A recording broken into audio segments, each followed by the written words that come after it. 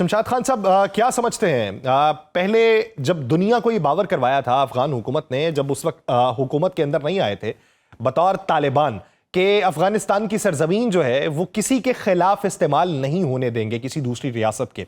अब अगर वो ये कहते हैं कि फौरी तौर के ऊपर इनका कला कमा नहीं किया जा सकता, तो उसके पीछे जो पेचीदगियां हैं वो क्या दिखाई देती हैं?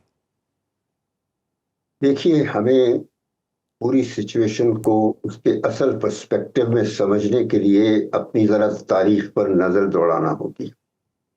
ये तालिबान हैं कौन, कब आए, किस तरह अफगानिस्तान में इन्होंने डोमिनेशन हासिल की।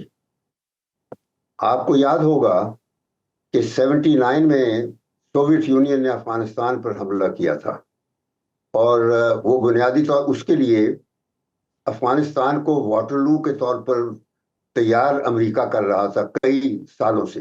तो जब अमेरिका ने वो तैयारी कर ली तो पहले बादशाहत खत्म की अफगानिस्तान में, फिर ऐसे हालात पैदा किए कि सोवियत यूनियन को अटेम्प्ट कर लिया गया कि जहां भी वैक्यूम क्रिएट हो जाता है तो जो भी ताकत होगी हमसाए में वो it will get sucked in, and Soviet Union got sucked in. और सोवियत यूनियन जो रूस के जमाने में जब से जारों का होता था, उनकी एक एम्बिशन होती थी कि हमें वार्म वाटर तक पहुंचना है। जो सेंट्रल एशिया तक उन्होंने इलाका कब्जा कर लिया हुआ था, जो सेंट्रल एशिया के रास्ते, अभी उनके इरादे अफगानिस्तान और पाकिस्तान पर थे जब वो 79 में आए।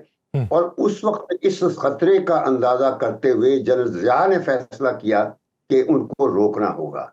और इस सिलसिले में अमेरिका, जाहिर है, उसने तो सारा चीज तैयार की थी।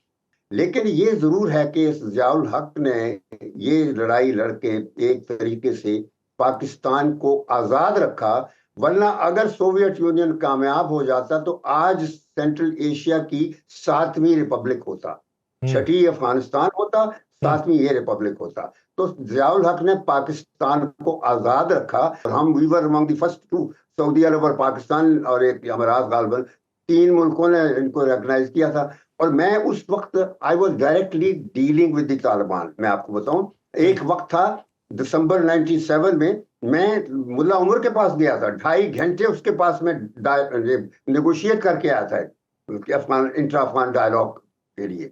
तो मैं कहना यह चाहता हूं कि अब मुसीबत ये जरूर है कि आपको इंडिया की तरफ से परेशानी है, और असल जो मसला है टेररिज्म का, जो आप यहाँ पे आज भी कोई बात बता रहा था कि 3000 बंदे हमारे शहीद हो गए, ये बड़े अफसोस की बात है।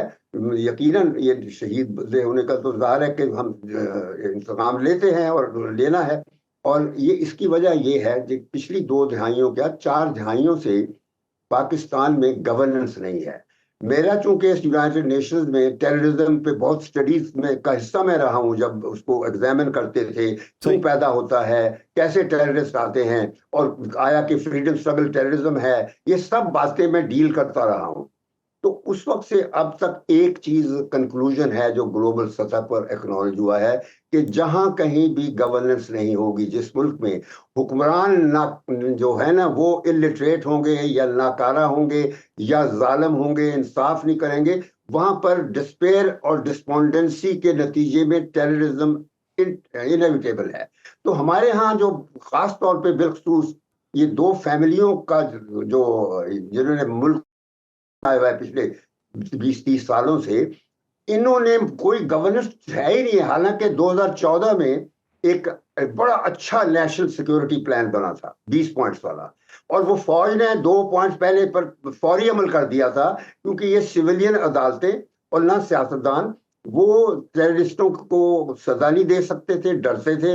अच्छा और फांसियां सर, ये बताइए कि आपने तो जिस तरह आपने हवाला अमल दिया, कर दिया जो 18 सर आपने जो हवाला दिया है कि मुल्ला उमर के साथ आपने खुद नेगोशिएट किया, आपको क्या लगता है मुल्ला उमर की जो सोच है या इस वक्त अफगान हुकूमत की जो सोच है, कितना बड़ा आइडियोलॉजिकल शिफ्ट है ये?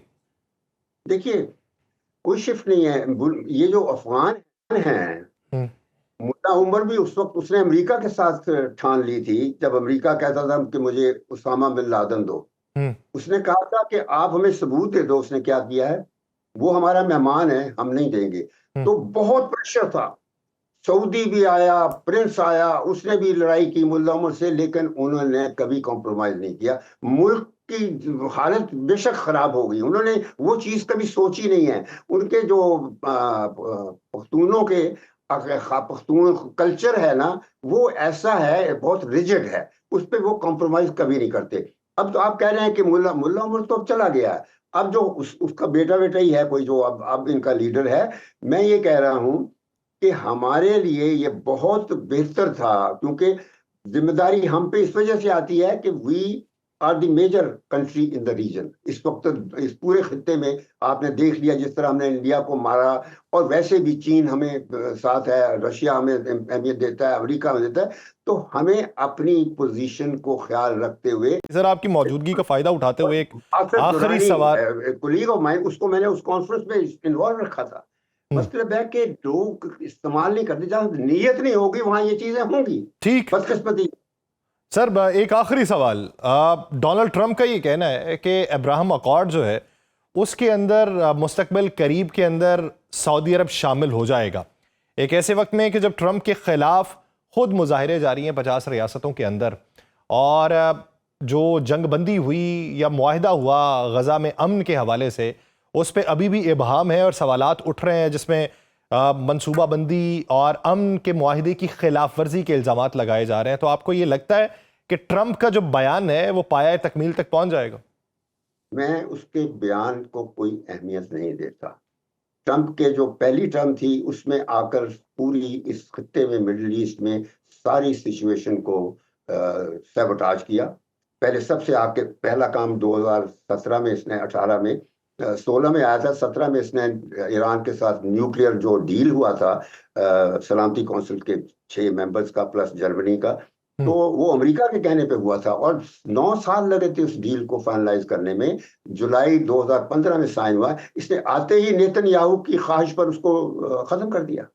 दूसरा फिर कदम उठाया इसने, जेरूसलम को इसराइल का दायरा खिलाफा। यानी ऐसी हरकतें ये करता है। ये बंदा सियासतदान नहीं है, ये डिप्लोमेट नहीं है, क्योंकि यही ओन्स अटलांटिक सिटी और लास वेगस में जुए खाने हैं। तो वो उस तरह पैसा कमा के वहां सियासत में आके इसने मुकाम बना लिया है। लेकिन जितना दुनिया को पहली टर्म में जो था ना, शटडाउन भी अमेरिका में होते हैं, लार्जेस्ट शटडाउन इसकी टेन्योर में। देखिए sir, at the end sir वो प्रेसिडेंट कर रहा है ये सर, एट द एंड वो प्रेसिडेंट ऑफ अमेरिका है सर। ये जो बात आप अब्राहम अकॉर्ड्स की, ये भी उससे तीसरा पॉइंट इसने ये किया था पहली टर्म में, अब्राहम अकॉर्ड्स करके इसने अरबों से इसराइल की रिकग्निशन करवानी थी, और वो 4-5 कर गए। यानी ये क्या है, Emirates, Qatar, Bahrain, Sudan, Morocco, उन्होंने कर लिया।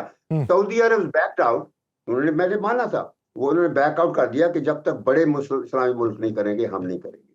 तो अभी फिर ये हुआ जब 2023 में देखा फलस्तीनियों ने कि ये फिर आ रहा है ट्रंप, तो इन्होंने सऊदियों को रिकॉग्नाइज करने से रोकने के लिए 7 अक्टूबर 2023 में इसराइल पे हमला किया। ये हमास ने हमला किया था, इसराइल ने नहीं किया। तो फिर ये उसी पे हमला करने की कोशिश की गई थी। तो इसको हमास जो है वो कबूल नहीं करेगा सऊदी अरब के सामने। तो इसी मंजरनामे पे आने वाले दिनों के अंदर डोनाल्ड ट्रंप की ये जो बात है उसके ऊपर अमल दरामद होता दिखाई नहीं देता। बहुत शुक्रिया शमशाद अहमद खान साहब इस हवाले से सर अपना वक्त देने के लिए।